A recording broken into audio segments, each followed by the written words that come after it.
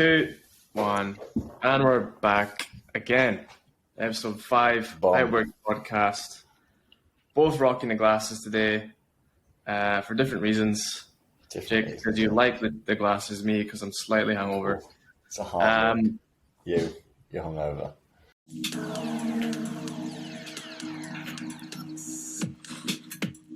Yeah, let's get into it. So basically, we were just talking there before about Kanye. It's the hot news this week.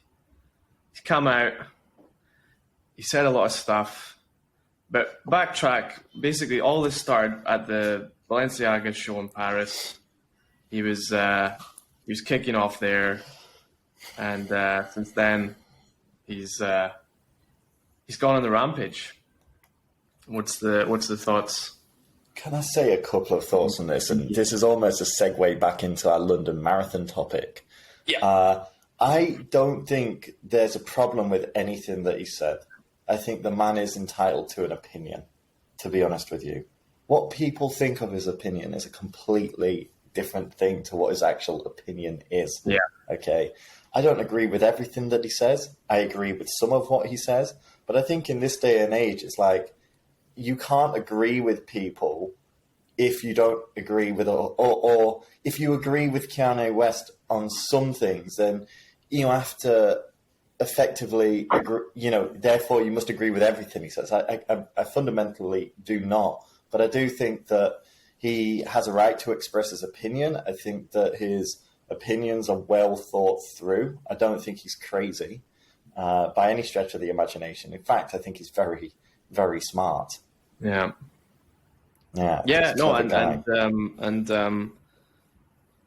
with Kanye, like, ever since day one, like, there's always an agenda for him. It's not just randomly outbursts, right? It's something. It's an album. It's a clothing line. Like, he's a smart guy, yeah, from business sense as well. Yeah, I mean, we don't know what's going on underneath it, but I think that he truly does believe everything he's saying. Mm-hmm. Regardless of whether you think it's right or wrong, I think he truly believes everything he's saying. Now, I could get kind of deep into this, to be honest with you, because a lot of things that he's saying, like, Yeah, let's do that. Let's look at each individual thing. Yeah, go ahead. Well, there's a lot of them, but... Start with the company one. This is the one that caught my attention earlier, was the fact that... So the whole fallout with the Gap is that he's a creative guy, right? And he wants to make the most creative stuff. And Gap are a struggling brand, and they have a lot of operations people inside. So his argument was that companies today, except Tesla in his case, like he said, Elon's his friend, they're too operational focused. There's no creativity anymore, like in companies. And he's like, I brought the creativity to the table, and they were kind of flushing it down the toilet. That was this whole thing, beef, right? Same with Adidas, right? I feel that he's saying, because this goes into the whole BLM officers inside the companies thing. I think what he's trying to say is that he doesn't want to be viewed as necessarily black, even though he's fully aware of being black. He wants black people to have their viewpoint and their culture represented without just being some sort of virtue signaling operation. Correct. I fully agree with that. I'm totally in alignment with what he's saying there. I think that's cool. We've seen it before, right? In companies, like a lot of marketing, like people now, like it's like they have to tick the boxes, right? You said virtual signal, like, okay, we need a rapper because they're black and they talk to that black community, or we need like Asian people, or we need. It's wrong, right? I agree. They should be choosing the talent and the creativity, not the race. I agree. He's hitting a really important subject. That's why I think he's speaking sense, because he's saying, stop judging me just by my immutable characteristic of my skin color and start judging me by my creativity. Accept the fact that I'm black. That's done. That's cool. But it's not just about my skin color. It's about what I bring to the table, and don't just use me to reach to a certain audience. That was the whole thing about the Donald Trump thing, where he's like, his ratings has gone up. He doesn't care. That's not what he wants exposure for. He wants exposure to have his voice heard, to have equal representation in his creative, artistic expression, not his ethnicity. And I think that he's cool. And, there is one thing, like, he wants to, this one got me thinking quite deeply. Actually, I thought about this one for a couple of days. He thinks that, the black community should be building things that are fundamentally built in a way in which the black community understand, And I got thinking about this because that almost does seem a little bit like segregation, but I guess in a way, there's maybe cultural elements to it that he feels are right. And I can accept his point of view, to be honest. I can accept his point of view. Like, maybe, I think culture is dynamic. From my own perspective, I think white people can adopt facets of what would be regarded as black culture, for example, Eminem. But, there is culture and ethnicity are somewhat linked. It's undeniable. Like, you can internalize other people's culture, but in the end of the day, there is a relationship between your ethnic group and your culture. That could be for white people, Chinese people, black people, Caribbean people, different from African people. This is still part of their ethnic makeup and their group origin story. He's right as well. He touched on the LVMH guy, Bernard Arnault, because he hired, or he bought like all these brands like Off-White because they want to tap into culture, right? It's obvious, right? They just want to tap into it. And what he was saying was, like Yi was saying, basically, you guys are just using us, That's the argument, right? You're just using us. He's right. He's right to stand up. Yeah, I agree with it. The way he says it obviously riles a lot of people because they're shocked. Like it's that shock because they're not used to it, right? Because most people just play the party line and say, they're just afraid to say it, right? He has the balls to actually say it, That's it. They're afraid to say it. Yeah. I don't know, man. We could get into the whole the White Lives Matter topic here. Dangerous ground being a white dude in this day and age. Let's talk about the original topic we want to talk about was the Balenciaga launch.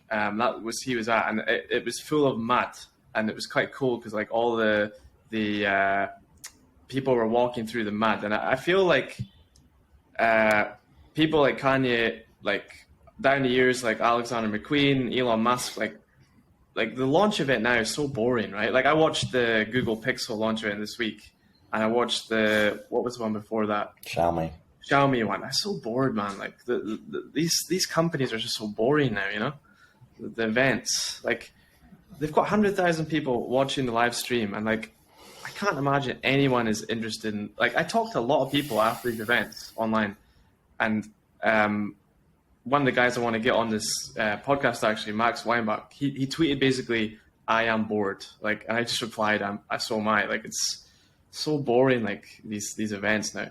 Say you're given $1 million to do an event, like you're not gonna get someone to stand up in front of a PPT and just deliver stuff, right? Well, in a way, that's why I think like a little bit of kudos to the Nothing team here. Their event was boring. And it wasn't big, but it didn't need to be. In my opinion, it's a time and cost save. Yeah, I think that's where they did a good job. People criticize saying this launch event is boring, and it was, but at least it was small scale and not a waste of money. Yeah. So what you're saying is basically put the money into digital and other stuff. Yeah, be creative in a different way. Yeah. I think that it's, there has to be innovation in the space. We've planned some pretty cool launch events that we can't really talk about on here, but none of them have involved a PPT keynote. None of them. Yeah. No, it's just, I just feel like we're at a point now where, I don't know, it's just so boring now, It's quite sad. When I say that, I mean, we've planned in the last few months, not when we worked inside these companies. I remember you did the keynote with one of our former colleagues, Thomas, and can we talk about that? We can talk about that because the cool thing about that was like what I admired about you guys was when you did that is it wasn't like straight up, you know, you're just standing there, there's a PPT in the background. You're actually, it was quite dynamic, you know, like you walked over to the product and you were showing the product, and like that's what a launch event should be, right? It should be about the product, like showing it off, demoing it. Like for me, when I remember like the most memorable launch events down the years, it was always the ones with the demos, like Steve Jobs demoing the phone or Musk demoing the car. You know, like that's to me is exciting, you know, not just, you know, I think that we're comparing like apples and oranges here, because, you know, a traditional launch event that's done, and I'm going to say it, by a Chinese company generally has a keynote PPT where they spend 30 minutes discussing the history of the company and the brand story and how this device is about to change the world. You know, it's not what people care about. They want to know how the device is going to fit into their life. And that's what Apple do extremely well. They go, here's how this device will fit into your daily life. They don't go, here's our brand story, reach for the stars, to the future. It's a blend of human and art in the future. I've heard that all before, but that's exactly what you'll get pumped out of Oppo, OnePlus, maybe not so much OnePlus, but definitely Oppo, Xiaomi, etc. Yeah, and I saw in the Google one, they were talking about ESG, they were talking about diversity. I mean, these are important subjects, but like it's just repeating the same stuff over and over again, like the same. Man, we're coming back to the Kanye West thing here. You know, it's like, why are they talking about this ESG and representation? Is it because they're trying to emotionally tap into different groups, or is it because they fundamentally care? Like, this is what we're talking about. Like, if you fundamentally care about the whole equality movement, you'd stop talking about it as much. Yeah. It's in your actions, not your words. That's what really bothers me. And also, there's not many brands that can truly like live this, you know, like most of these brands, like they don't live it. They don't truly like live it, you know, like what they're saying, they don't actually, it doesn't come across like it's something they believe in, you know, to me. Well, it's because half the time it's just about making money and tapping into audiences. Oh, this is the most fair and equal brand, therefore I'm going to buy it. I think, you know, again, I think Apple do a good job of that in a way, but you see a Tesla keynote, like, there might be one or two slides about like, you know, renewable energy, like solar power, renewable energy, but they don't really hammer on about it that much, right? You never hear Musk really go on about it, right? Everyone knows that they're the leader in terms of like sustainable transport and cars, but they never bang on about it, right? On the launch events. Yeah, because it's like they're probably not using that as a communication line. You know, that's not in their communication line because it's an ethos within their company. And again, actions, not words. Yeah, no, right. That's the takeaway here. Actions, not words. Like anyone can put words up on a slide, right? Correct. And, exactly. And I think that's that, you know, I'm not going to say too much, but when I was at a certain company not too long ago, there was this whole movement for, you know, the ESG, but all of the ESG initiatives that for the overseas, the global outside of China, all the ESG initiatives were for Chinese-based projects. How will that resonate with somebody in the US or the UK when it's like the only projects they're helping is for the great prosperity of China? It doesn't make sense. Like, if you're going to be a global company, it's baked into your actions as a company. These companies are international businesses. They're not global brands, you know. And I think Apple politically maybe sometimes might be a little bit too far, but nevertheless, I would argue that it does live what it preaches, more so than I would say a brand like Nike. Yeah. I think Apple among the tech companies are probably like you say, they kind of, you know, they actually do good stuff, you know. Privacy is the one they always go on about, right? And to be fair, like we all know we're getting spied on by the big, you know, the Googles and Facebooks, anytime you talk about something, boom, it's in your feed, right? To be fair, Apple, they have done well with privacy. Right. Respect. Yeah. So finish up with the launch event. Like, what's the future of the launch event then? Like, if like everyone's really bored and again, it depends, because when you say launch event, you already conceptualize it as somebody on stage with a deck. Yeah. That's what we need to get over here. Yes. So what is it? I mean, I think it depends on the kind of brand, the kind of company. Shout out to Jorge. On this one. Me and Jorge had some pretty cool ideas at Oppo about how we can launch a product. Yeah. So I think as well, if you have a chance, watch the McQueen documentary, the movie, and it's just basically every one of his shows, and like every single one was different. Like the setup, the style, like different location, like it's really good, like quality. Guy was a genius, actually, to be fair. Like a lot of geniuses. There's a few geniuses. Mr. Musk, Mr. West. Yeah. I think Kanye and Elon are really, in a world like right now where it's like, I don't know, there's like a lot of fakeness. I think at least they're genuine. Eh? They're pretty. That's why I like them.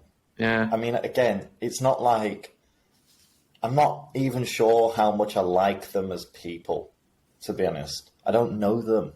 Yeah. But I like some of what they have to. I like the fact that they have something to say and they say it. That's what I like about them. That they don't just follow the grain. Yeah. I saw something yesterday. I'm going to bring it up. I know. I saw a clip of Andrew Tate and on Piers Morgan. Yeah. I didn't know it was a thing. Okay.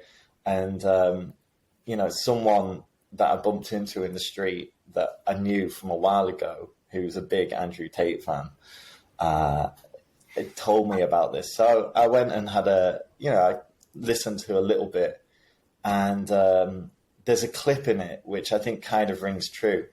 He's going on about how he's been labeled a misogynist, and I think he admits that some of what he says, I mean, in the interview, he would reframe it. He wouldn't say it like that. He's matured. It's not right. He's got a big audience. He should have been more responsible and careful about the words that he chose. It was inflammatory, but let's face it, Andrew Tate wouldn't have got to be one of the most Googled men, or the number one most Googled man on the planet if he didn't say inflammatory things. That was part of his strategy. But he says to Piers Morgan, he goes, Piers, you agree with me. You're just afraid to agree with me. Like you're afraid to say that you agree with me. And I think that encapsulates the same thing. It's like there are people out there speaking their mind. You don't have to agree with all of what they say, but it doesn't mean that you can't think that some of what they say is correct and an accurate representation of the truth. But people are afraid to do that. That's another thing as well about like for example, Kanye and the Donda. When he does these Donda events, he gets hundreds of thousands of people to these things. And Musk with his launch events, they're not scripted per se, right? Of course, there's some scripting involved, but a lot of it's just like off the cuff. These guys just like it feels so genuine. Like when they do these events, it just feels like it's them. It's the real people. They're not fed lines like a script. I agree. I think that's we need more of that. We need more of these kind of like events. 100%. That's what an event's about, right? It's about. Going back to Steve Jobs, like again, anytime that guy did an event, of course it's heavily scripted and rehearsed, but a lot of the time he just winged it, like with a lot of the stuff, I agree. I'm a big fan of people not reading off teleprompters. I don't mind people having cues. But I've always found that if people are reading like verbatim off teleprompters, you can tell it doesn't come across as authentic. And again, say what you like about Donald Trump, but there's another guy like off the cuff. Why do people like him? Because he's just speaking his mind. Again, you don't have to agree with all of what he says to think that some of what he says is an accurate representation of the truth. So we're both agreeing now, if we ever do like a keynote again, it's going to be unscripted. We ain't doing a keynote again. We're better than that. Well, an event, it will be unscripted. We're the next level. We're the next generation of events. Speaking of events, I saw an article this week. I think it was in was it Variety, saying like Twitch is losing everyone because basically they're moving to other platforms, YouTube, etc. Like, do you think this is a big shift right now in terms of like platforms? People are moving away from Twitch. It seems to be a big theme at the moment. I know we both worked on Twitch before in the past, like different kind of activations. What's your thoughts on like live streaming? Where's that going?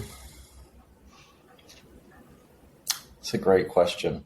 I don't really have the answers because I think that it comes down to like the whole ecosystem. You know, all these platforms, it doesn't matter what category they're in, whether they're gaming or whether it's dating apps or whether it's social media communication apps, Signal, Telegram, WhatsApp. Time is going to produce the winner. You know, the market will decide. People are democratic actors in a way. If Google doesn't ban them off the Play Store, if Google doesn't think that the message that you're promoting isn't something in line with, not in line with their values, you know, then they'll ban you. Yeah. You know, that's the issue. That's the censorship. You can only promote values that Google agrees with. So if you've got an app, like let's say Donald Trump's Truth app, is it going to be allowed on the Play Store? You know, that's the reality, is that applications probably exist out there that aren't on the Play Store that we don't know about because they can't get on the Play Store because they don't subscribe to the value system of Google. So I think that these spaces, the market will decide these spaces. You know, people moved from WhatsApp to Telegram because they felt that it was more private. Some people went to Signal, but all of those people are probably still on WhatsApp. Why? Because the majority of people are on WhatsApp. It's definitely not on Telegram. Yeah, it's definitely content guidelines. But the other part is, I saw in the article, like the revenue split is going from 70-30 in the creator's favor to 50-50. So I think a part of it's also money, right? Like comes down to definitely. Yeah. I think that the it's not just the community; there's the creators as well, and where they make their money. I mean, even on YouTube, a lot of the YouTubers that might say things that get the advertising, the revenue streams through advertising, capped, they'll go onto Patreon. And I don't know whether Twitch really is the ecosystem that's where people would actually do that. Knowing what I know about it, I can't say that I massively partake in gaming live streams. It's not something that I have a habit of doing. But I think a lot of it comes down to the creators feel they're being paid unfairly, and that it's much more of a stable and predictable income on YouTube where you can generate advertising revenue and you know what it is, versus Twitch, which I feel is more like sponsorship opportunity. Yeah, branded. Than it is like ads. Yeah. But I think as a creator as well, like I think nowadays there's so many platforms, like they have to be aware like that things change. Like so Twitch was independent before, then got bought by Amazon. And of course when Amazon buys it, they're gonna run it like differently, right? They're gonna make changes based on their strategy. So I think as a creator, like you have to be ready to jump to the next platform, you know, whenever, you know, like the sands shift, you know? Yeah, and as an advertiser, yeah, that's another thing. And as an advertiser, this is the thing with the like whole social media, digital marketing ecosystem. I remember 4 or 5 years ago and going, you know, social media marketing is child's play. Yeah. But now you look at it and it's like, well, there's literally tens of platforms. There's probably 10 major platforms, like literally 10 major platforms. Yeah. You know, are you an expert in 10 offline traditional media formats? Are you an expert in TVCs, out of home, digital out of home? Like, are you an expert in all those domains? Yeah. But Maybe Twitch not. would argue that their main advantage is live stream. But then you can do that on Discord now, right? You can live stream on Discord, you can live stream on YouTube. There's a lot of options for live streaming. Yeah, no, there's a lot of options, but I'm saying even if you want to communicate with an audience, let's say you've got an e-commerce business. Some e-commerce businesses, if they, lean in the favor of like female target audiences, they're probably likely to choose Instagram and Pinterest. If they lean in the favor of male audiences, then they're much more likely to use YouTube and Twitter. Yeah. But what I'm saying is, as a social media advertiser or as a creator, you go where your audiences go. And that means like the space is more diverse than ever. You've got Snapchat, Twitch, YouTube, Facebook, TikTok, you name it. Be Real. Yeah. Bumble, Tinder, Thursday. Yeah. I saw someone did a tweet this week like saying, Facebook are shutting down their shopping on Instagram and Facebook, the app. And it kind of reminded me that this, like, I remember reading a while ago, like, there was like this metaphor, like social networks, like a nightclub, when it's like really hip and fresh, like everyone wants to go there, hang out. But then, of course, there's a shelf span of a nightclub, right? And then people move on to the next thing. I think that applies to social networks, like maybe except YouTube. YouTube's kind of been there kind of long term, but it does feel like people are just sort of jump on to the next thing. And maybe Twitch was a big thing 10 years ago. And, maybe it's high as time. People are just, okay, it's done. Yeah. Moving on. Look at Bieber. Look at people. Look at Bieber. Look at people. Yeah, look at MySpace. Does MySpace even still exist? Probably. I mean, OnlyFans is huge right now, but then who knows? No, I get the feeling OnlyFans is probably here to stay. No. To be honest. I'm not sure. I think so. I think that there'll always be creators. I think the creators on OnlyFans have their lifespan. I think that's the difference. That platform delivering what it delivers, there's a thirst for that. Yeah. So if you're a Twitch guy or girl, like where would you go? Like probably YouTube, right? For live stream and gaming videos. Yeah. Or advertiser. If you want to target gaming KOL, like where are you looking at? Well, if Twitch isn't an option, of course YouTube, like that's the go-to. Basically everything that you can find on Twitch is. I mean, that guy, we saw that this week as well. That guy Dream did the unmasking. He's massive, right? Minecraft. How many subs is it? Like 20 million or something, or more than that? No idea. Yeah. He's got 20 million Minecraft subscribers. Yeah, again, that's a great game. It's accessible to all. Yeah, I mean, people have an interest in it. I think gaming in itself is a bit of an escapism, so it's like you want to blend with people in your community that understand the world, literal world that you're living in. I remember when I was a kid, I was playing a game like Battlefield and Counter-Strike, and I would go on the same servers, and it's almost like you get to know those people, Yeah. No, I mean, I'm looking at the Google Trends here, and there was a Google Trend last week, and it has Elon Musk, Tom Brady, Joe Biden, and Dream. And Dream is by far the most searched on Google. Can believe it. So, I know. It's the culture of today. Yeah, so basically gaming's not... I just checked, it's got 30 million. So gaming's not going to go away, but Twitch might go away. And, yeah. Gaming is evolving, though. Gaming's evolving. Gaming is, like, continuously evolving. I mean, I'll show you... I think gaming is more like a great analogy for the social media platforms. Because it's like people get, like, Candy Crush, and then it's like everybody's moved off Candy Crush apart Farmville. Remember Farmville? That was like... Again... Exactly. I remember Mob Wars. I remember the original like Mafia games, on Facebook and on MySpace before that. PUBG as well, like for a few years. Yeah. PUBG was big. Now I don't even know. Don't I even know think what's PUBG is still really big in like the elite gaming space, though. Yeah. What's the hottest game right now? Don't even know. I mean, I guess it depends how you frame it. Yeah. I'm trying to think of Roblox and stuff like that, probably, right? Roblox is a big one, but that's not actually what I was going to say. I was going to say Dota, something like that, probably. No idea. I think there's going to be PlayStation are launching their headset in early next year, so I think they'll be. Like you say, like that's the next shift, right? Like gaming, like into the AR, VR stuff. Yeah, definitely. But then you have that's another topic, right? Spatial awareness and all this stuff. Gaming is like rally driving.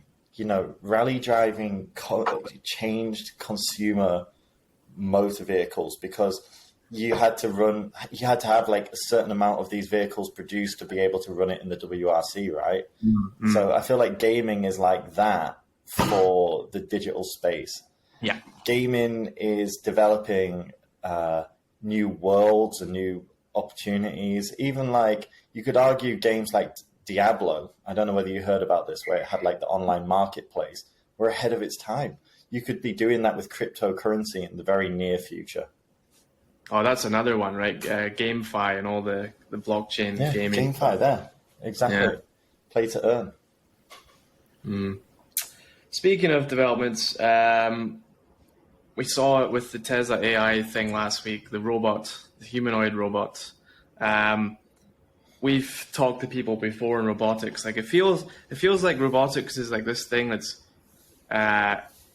it's like driverless cars. Like it's always on the cusp, but then it's still far away. And that robot looked really cool. Like it looked like really cool, but then it's still a long way away, right? We're not gonna. Like, this is where we may have some disagreement because I think it depends on where the technology can be implemented. Now, I'm going to talk about a place where you used to live, but if you go to any bank in Shenzhen or any supermarket of a relative side, there's a robot there. Yeah. And they're not particularly sophisticated, but people do use them. A lot of restaurants now, right? Any city around the world, they've got these robots in the restaurant, right? Yeah. I mean, again, massive in China. You go to eat your dim sum, and a little robot will bring you your food. Yeah. So. But then the argument is like, so those robots, and then the ones in the warehouses like Amazon that pick the products and stuff. Like I know we both worked in a warehouse before, right? We did this job where you pick the product and then you stow it away on the shelf, and like it's a very intensive job. Apparently Amazon are like 50% robots now in terms of the warehouse. Doesn't shock me because it's an exhausting, labor-intensive job. Yeah, and they've invented this new robot that like perfects the hand movement, like so that everything is like done properly. Like I think that's cool, but then that's a long way from like, you know, robots taking over, like Terminator style. I think that kind of space evolves quickly because once you've got an efficiency in certain in a time or even a financial cost, then that space will evolve very, very, very fast, man. Very fast, because it will be on to the next thing. Let's optimize to resolve, to save another 10 minutes per picking of the order. You know, this is, picking an order in a warehouse might take like a good 20 minutes, It's long, doesn't it? Because you got to, I mean, let's talk through the process for people who don't know. Like you get like the product, right? And then there's like a bin location. And then you've got to map like, okay, there's the location. You've got to go there. You've got to scan the QR code or whatever to deduct the stock. And then you pick it and then you put it in your cart and then you take it downstairs. Like, I think Amazon have kind of done that with the robots. Alibaba done it as well, right? Yeah. You've seen Alibaba. Yeah. Whole industry in it. Whole industry in the businesses that develop the LiDARs for these robots as well. That's Tesla's thing, right? They're saying like we make almost driverless cars, so the same tech can be applied to robots. Like that was his whole argument at the AI day, which is probably true, right?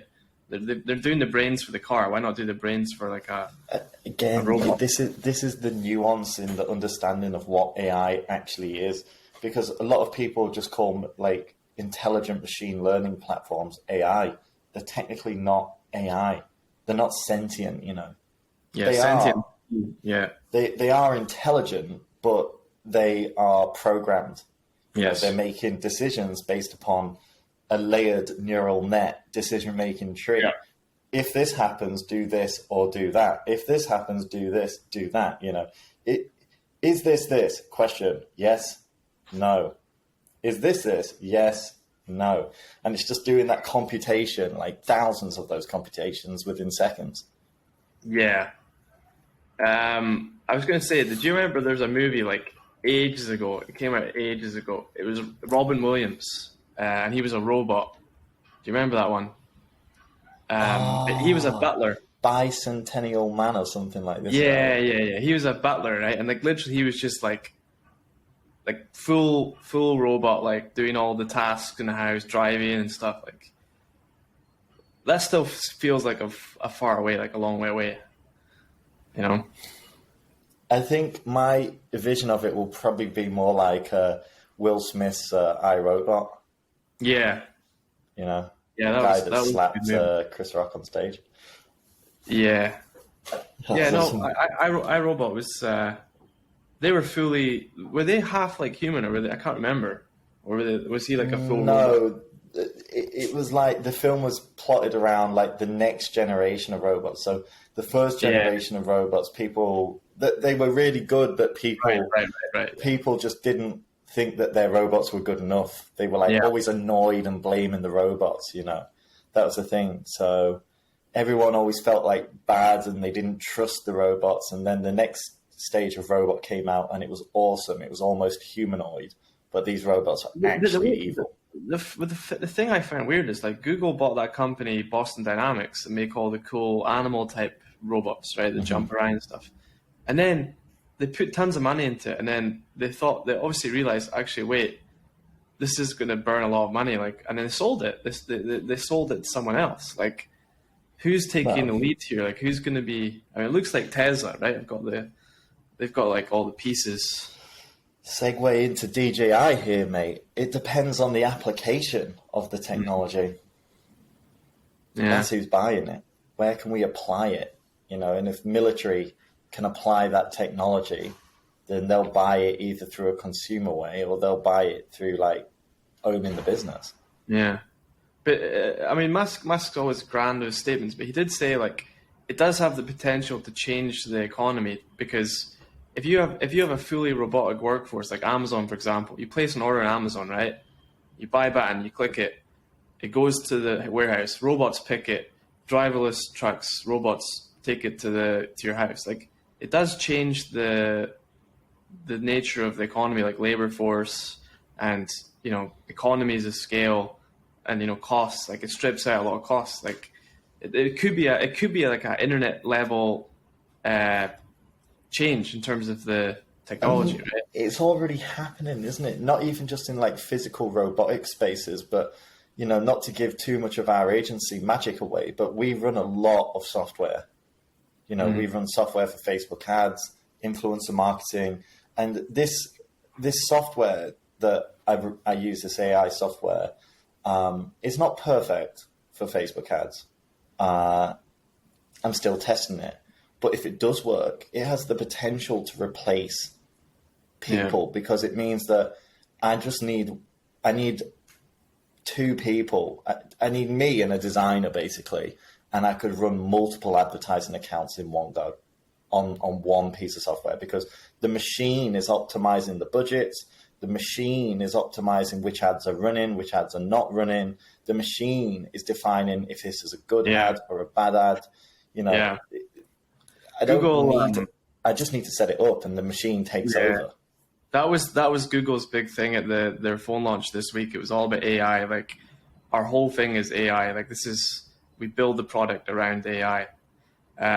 Do you think, in a cynical way, do you think like this robot that Tesla showed off, do you think they're saying like, they're putting a happy face on AI? They're like, oh, look, it's a robot. And Google are saying, oh, look, it's friendly AI. Like, magic eraser, you can magically, remove stuff from your photos. Do you think companies are trying to spin it in a friendly way when actually it could be quite dangerous, Well, I think Musk has said many times that he thinks it's dangerous. He said it, yeah. But the company put quite a friendly spin on it with like the marketing friendly until material. these systems actually become somewhat able to program themselves and then start to make their own decision trees, which I guess at some point you could argue is a form of intelligence. Mm-hmm. So it's the word intelligence as a semantics, philosophical question here. Yeah. No, I think those guys are probably the best positioned, right? In America, Google, Tesla, China, obviously, Alibaba. China has the advantage of being able to implement the technology. Yeah. They're building that autonomous flying drone Yeah. passenger delivery system between Shenzhen and Guangzhou. Like nowhere else in the world has the capability to be able to do that. Maybe Musk can do it in his private businesses, but it's also won't be available to the public.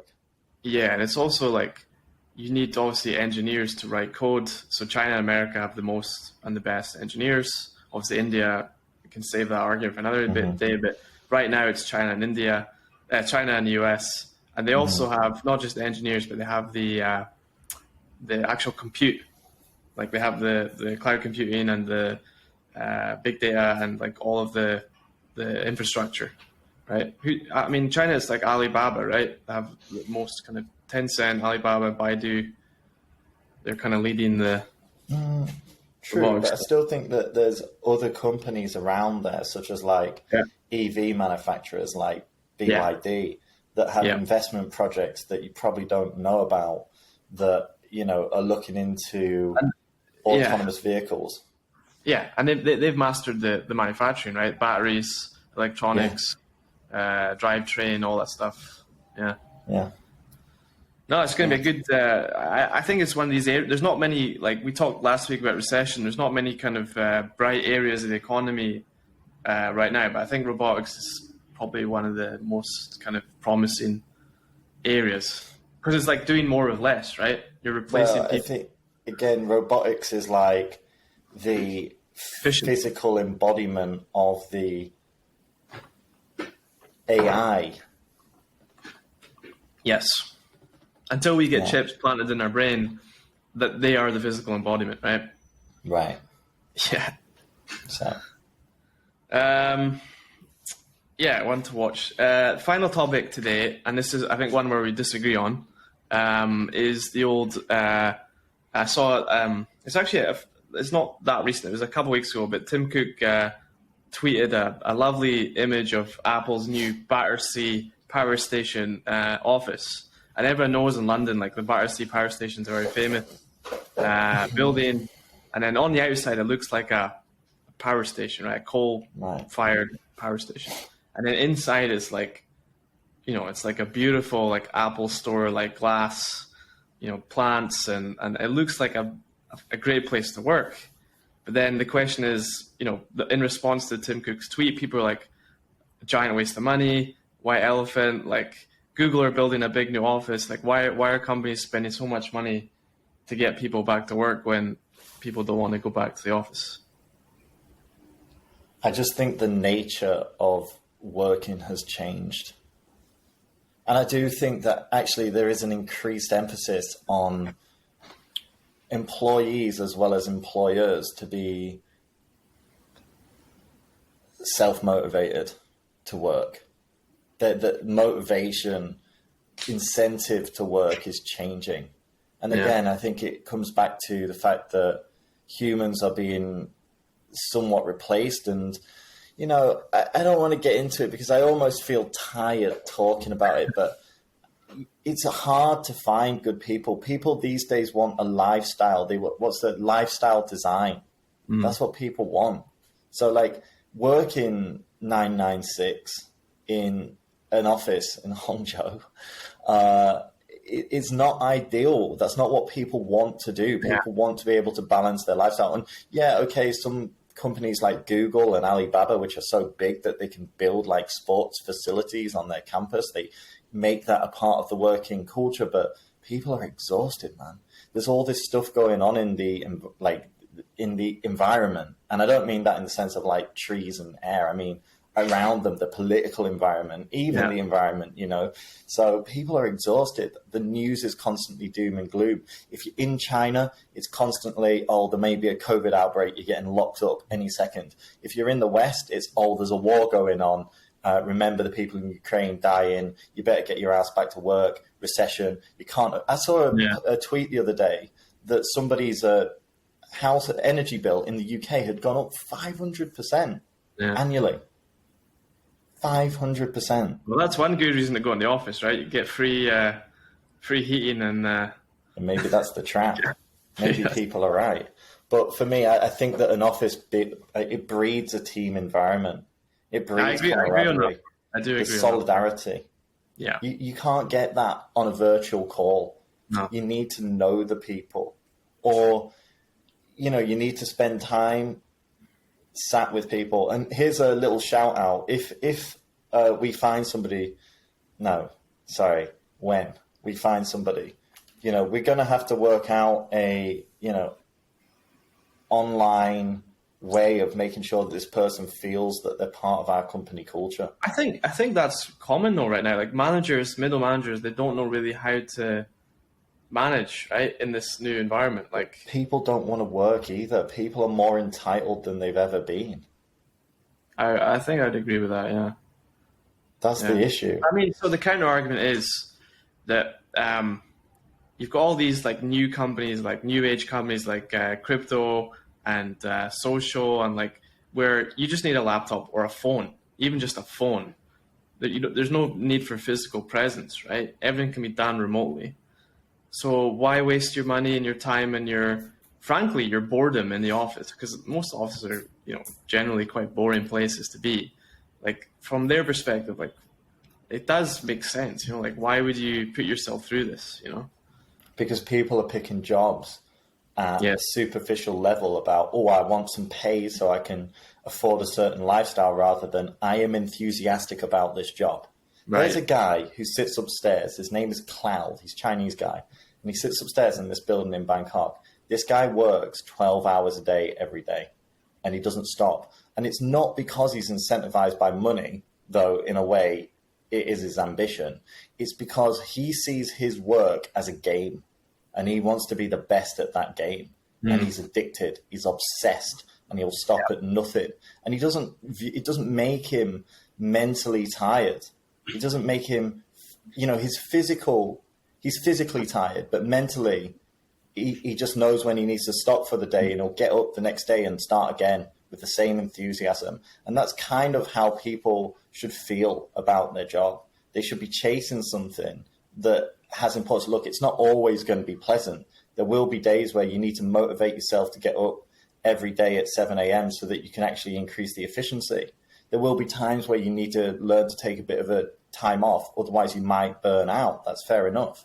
But I think a lot of people get involved in jobs to fund a lifestyle rather than because they're enthusiastic about the job that they're doing.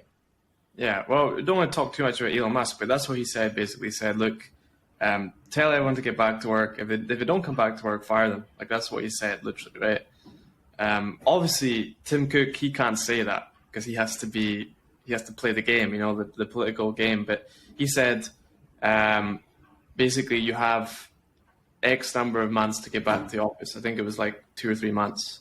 And then if you don't get back, then obviously that's grounds for dismissal, right? Like a lot of these Apple guys are leaving the company because they don't want to go back and work in the office. I mean, I look forward to it, not because I want these people to suffer, because I want these people to build their own institutions with that culture that work. And then we'll know. The market will decide if it works or not. Yeah. So what do you think about the Battersea thing then? Like, obviously it's great for London. You know, they've regenerated this building. It's good for that area. I think is it Clapham or Wandsworth or somewhere where the office is. Like, but yeah, I mean, it's in Battersea, mate. Would you work there? Would you go in there and work there every day? And what's your feeling? because you worked in London before. Yeah, I mean, again, if Apple were willing, again, this is different, isn't it? Is this hypothetically the hype works? Big up Hypothetically, the hype works. if you're working at Apple, think about Apple, world's biggest company, most profitable, best brand, like everything is the best, right? There's no reason not to work. I think Apple have a bit of a culture problem, to be honest, because their minds, they're open to people abusing that system and using their own value system against them. That's the problem with the Apple. The HR managers are probably on the side of the people that are not returning to work because they themselves don't want to return to work. And they told them to leave, right, during COVID. Like they were pushing people away, right, to go work at home. And they were providing them a desk and they were giving them a chair and all that stuff, right? Yeah, but maybe it's because they're of the mindset that people don't need to be in an office space to fulfill their duties. And I think that hybrid remote is probably the future. Give people the choice, but it's down to the individuals. Man, the amount of times we've worked in a company and we've seen people that either pretend to care about the work so they can get a paycheck at the end of the month, or pretend to care about the work and, toe the company line because they get a paycheck at the end of the month. Like I said the same thing 2 times, but fundamentally, if it comes down to the paycheck, that's where, some people just want a stable, balanced life, I guess. Some people want that, but they're not really the employees that you want to hold managerial positions. They've got to enjoy their task. Like, let's say that we hire somebody to be an influencer marketing manager. They don't need to have aspirations of being more than an influencer marketing manager, but they shouldn't have the aspiration of becoming a manager just to get a higher salary. That's not the point. The point is that you have to have ambition to grow the business.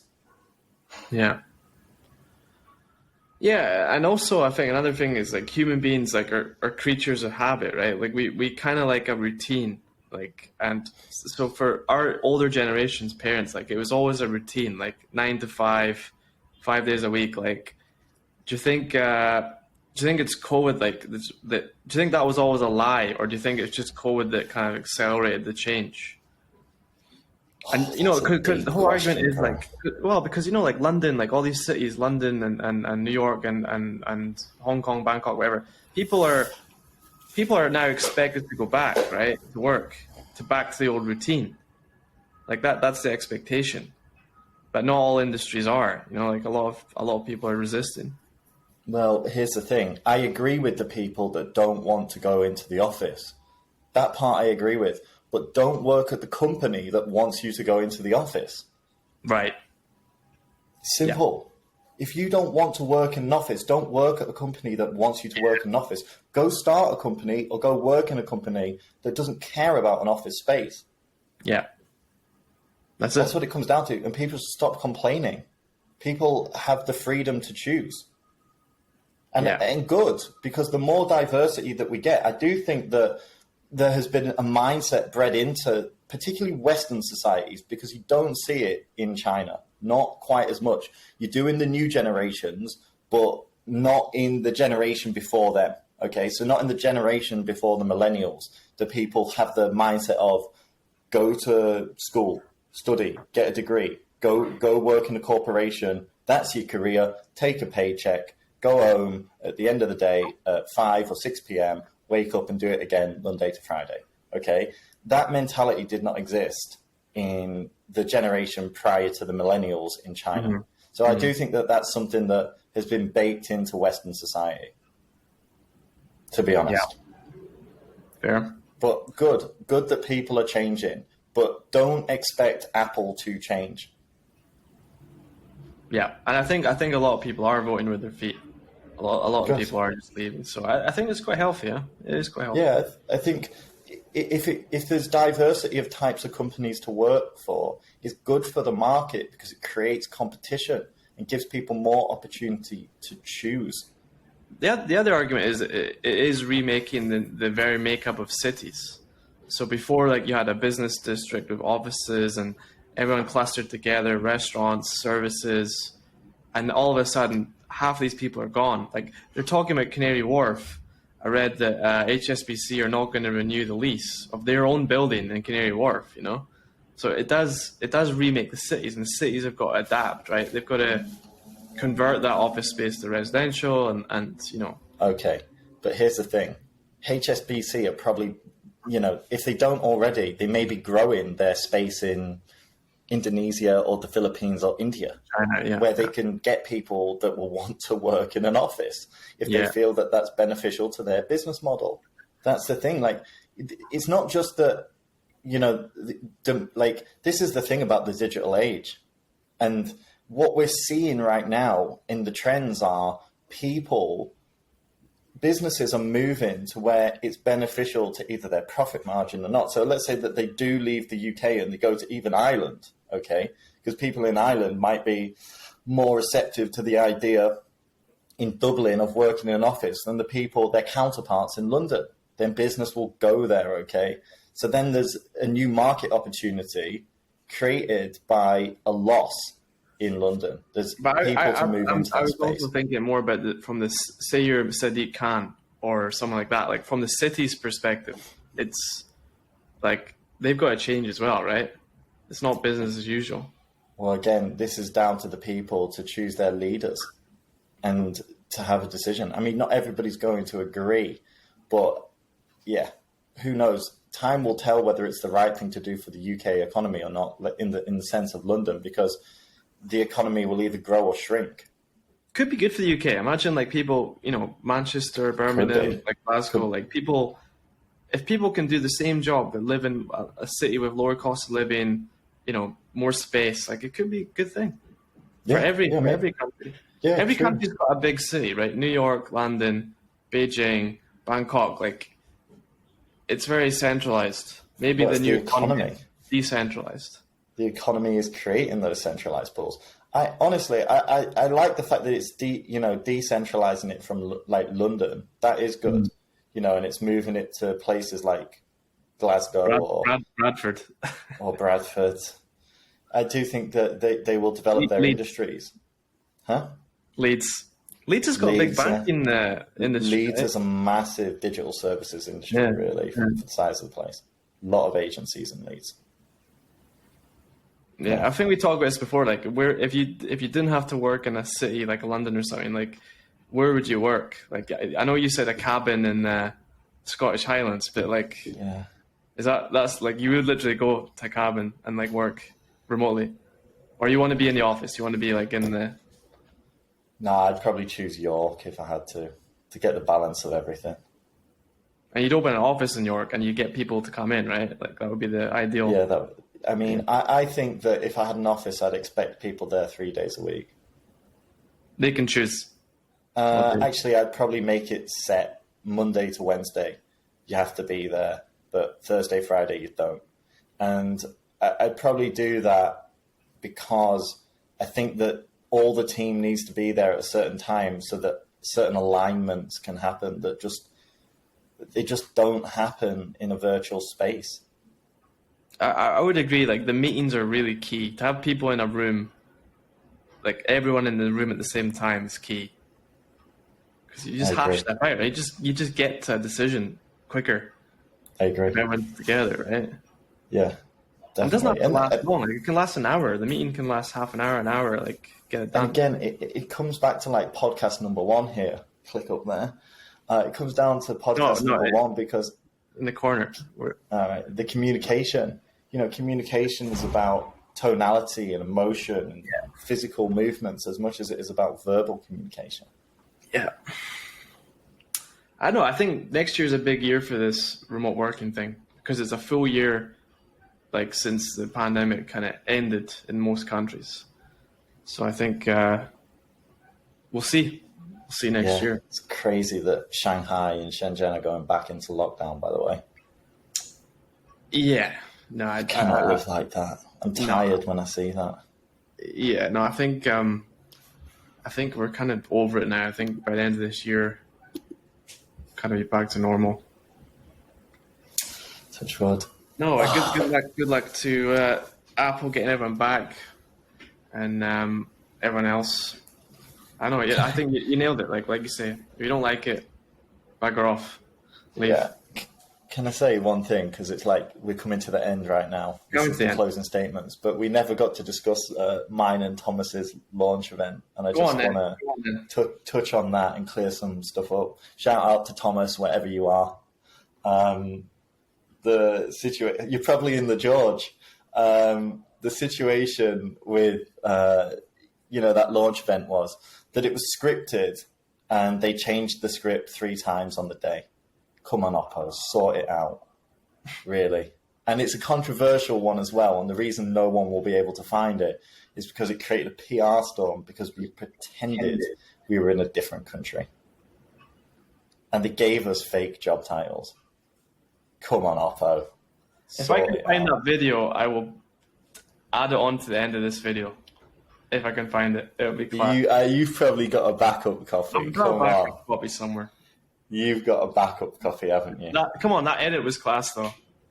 Yeah, but I'm saying it right now. Come on, Oppo, like, sort it out. Fire the waste of spaces. There's a lot of them in that office. Look down and stop evaluating people by their tenure as well. Start actually finding out who cares about. Heber can stay. Heber can stay, but don't put him in charge of anything, please. Because that is a man that you cut him in half and he'd bleed Oppo. Trust me. But he's too mental. He's too crazy, and his experience has been built up of only work. We should do that like a boss topic in the next one. Talk about bosses. Oh, that's a great topic. Yeah. Great topic. But come on, Oppo, sort it out. Really, and one right. Plus. Be authentic. Ciao. Adios.